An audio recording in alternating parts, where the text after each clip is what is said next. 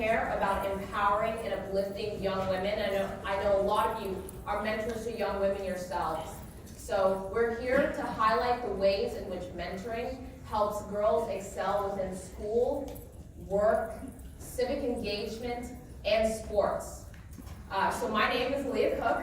I'm 18 years old. I'm a student at Emory University in Atlanta, Georgia. Woo! And I was born and raised in Denver, Colorado. Woo! Go Denver!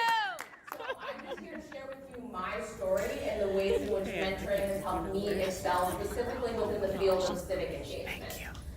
So my story actually starts in the 3rd grade. I was about 8 years old, and I actually started to become way more aware of my race and my own culture. I started to really take an interest with the African American struggle. And it was because of this newfound interest in African American culture that I kind of started to view the lens through my race as well, and to kind of start to critically examine my classroom specifically. So I started to notice that I'd actually never had a teacher of color. And this was something that started to bother me really. And so I went to my mom and I asked her, Mom, how come I've lived in the Cherry Creek School District for 4 years and have never had a black teacher? And she just said, well, I don't know, why don't you write a letter about it? So that's what I did. I wrote a letter to my principal, just essentially explaining my frustration in never having had a black teacher and asking him why I had never had a black teacher. And instead of just passing it off, he actually responded to my letter, and he did me one better, and he sent it to the superintendent of our school district. Wow. So when I was in the 3rd grade, I had a meeting with the assistant superintendent of the Cherry Creek School District, and they sent their diversity representative out to talk to me about recruitment and how challenging it is to bring teachers of color to Colorado, and I got to talk to him about why it meant so much to me to have a teacher of color. But actually, my school heard me loud and clear, because right about the time that I started writing letters back and forth to my administration, my school was in the process of hiring an African-American female teacher. Her name was Miss Hill. I would like to preface that by saying my school was already in the process of recruiting her when I started writing letters. So she was not hired just because she was black.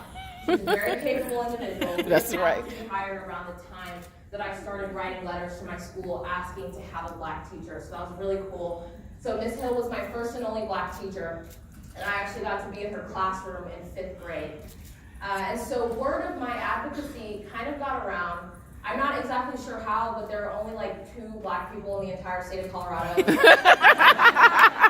And I'm one of them. So I actually, my word of my advocacy got around. I was featured in the Denver Post, which is our local publication. And I actually was invited to speak at an event called the Salute to Excellence, which is an event that honors teachers and administrators of color. So I was their youth keynote speaker for 4 consecutive years. And it's actually there that I met then Representative, now Senator Ronna Fields. Ronna Fields told me that she was planning on introducing a bill in our state legislature to address the lack of diversity in Colorado education. And she asked me if I wanted to be a part of it.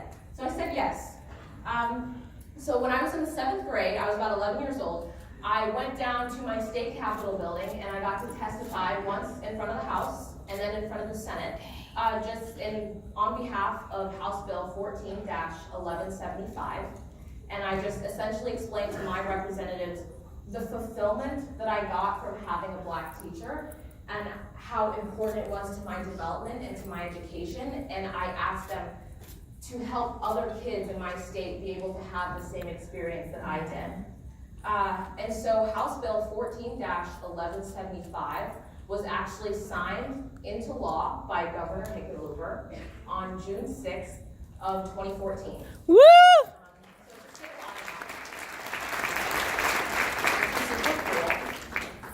And so I received a lot of praise and accolades for my role in helping House Bill 14-1175 get signed into law.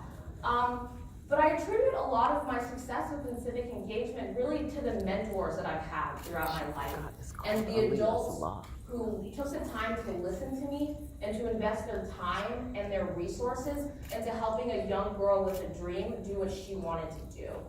And so although I'm proud of myself for what I've accomplished, even more than pride, I just feel extremely blessed to have been given so many adults in my life that genuinely care about me and that have genuinely spent time investing their money and their resources and just their encouragement to help me be the change that I wanted to see in my community. And so some of these adults include my principal, Mr. Richie Strickland, who didn't just overlook a letter that he got from an 8-year-old. He actually took the time to respond to it, and he sent it on to my superintendent. The Cherry Creek School District for taking the time out of their busy day to send their diversity representative down to my school and have a conversation with me about what diversity really means and why it's actually pretty challenging to achieve. Ms. Hill, who was the first Black teacher I've ever had throughout public school.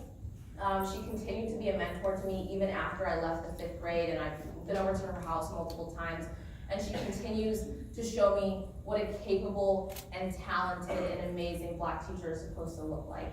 And also Annette Sills-Brown, who is the head of the Salute to Excellence and who invited me to speak at her conference for 4 years in a row, and who really gave me a platform to share my story with the world.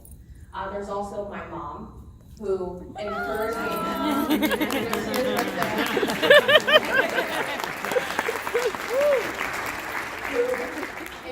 me to investigate a simple question I had all those years ago. My mom has helped me prepare every single one of my speeches that I've ever done. She's helped me advocate for what I want, because closed mouths do not get fed. And she's helped present me to the world. And last but not least, my grandma, who recommended that House Bill 14-1175 be named Aliyah's Law. And so it was. So now it's on Colorado record as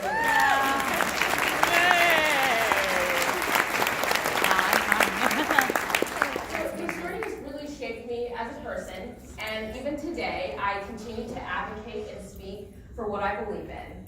And the reason why I'm here with you today is because despite just being 18 years old, I have been gifted with adults in my life, and I've been gifted with people who have taken the time to listen to me and to invest in me. And I think I attribute my success, specifically within civic engagement, to this community of mentors that I've had and the mentoring relationships that I've been able to form with people. And it's because of mentors like you that I've actually been able to meet some really cool political and civic leaders, which is super awesome. And so one of the ways that I feel like my civic engagement has especially been enhanced is by the fact that I've always had mentors that look like me. It's been super important, I think, to my development to have so many Black female mentors in my life, and I think it's really what's pushed me to try to be my best and to try to do my best. And I genuinely believe that if girls were given the opportunity to have adults in their life that they can not only look up to, but also relate to, that they could be placed in situations where they could not only reflect on their own trauma, but also learn how to be the change that they want to see in their own communities. Some of my mentors have really helped me to see that I want to be just like them, and it's because of that that I strive to be just like them. And it's because of this mentoring that I have been able to accomplish some really cool things, not just with Aliyah's Law, but also in other areas of my life. So I'll tell you a quick story about that. So unfortunately, when I was a junior in high school, there was an incident at our school where a school official was having inappropriate relations with teenage girls. Yeah, it was a big yikes. It was tough. But I felt like the way my school addressed this was, and I'm not sure if they meant to do this on purpose, but at the same time that news of this scandal was kind of breaking and everyone in the community was trying to process it, my school really started cracking down on the dress code. It was incredibly punitive and extremely embarrassing. They would like to call girls out in front of their friends and take them down to the office and make them put on big, ugly t-shirts from Goodwill when they weren't, fitting the dress code. And I didn't really feel, I felt like it was especially punitive towards girls, but I also felt that it just wasn't very conducive to a learning environment. And it also came at a time when a member of our faculty had taken advantage of a lot of young women, and I just didn't really feel like the way my school dealt with that was a very appropriate response. And my younger sister, Milani, was also having problems at her middle school with what she felt was an excessively punitive dress code system. So one day we were just ranting to my mom about it, talking about how we hated it, how it didn't make any sense. And my mom, instead of tossing us to the side, not really caring about it, or instead of fighting our battles for us, she just organized a meeting at our school. So my sister and I got to have a meeting with our principals and a representative from our school district and just really sit down and have a conversation about why extremely harsh dress codes don't necessarily help a learning environment and why they aren't necessarily conducive to a proper learning environment. And it was because of this and a lot of other activism at my school that the dress code was actually changed. And so I think that's one of the ways that my mentors have helped me be more comfortable and more confident addressing the problems that I see in my community. So thank you so much for allowing me to speak here today. I'm so happy to be here, and I'm so excited to see what everyone is going to do in their workshops and what they're going to do to help advance mentoring, especially mentoring in young girls. So I will leave you with a quote. God bless strong women. May we be them. May we raise them, and most importantly, may we mentor them. Yes. So thank you. Woo! That was so good, Lee. Great job.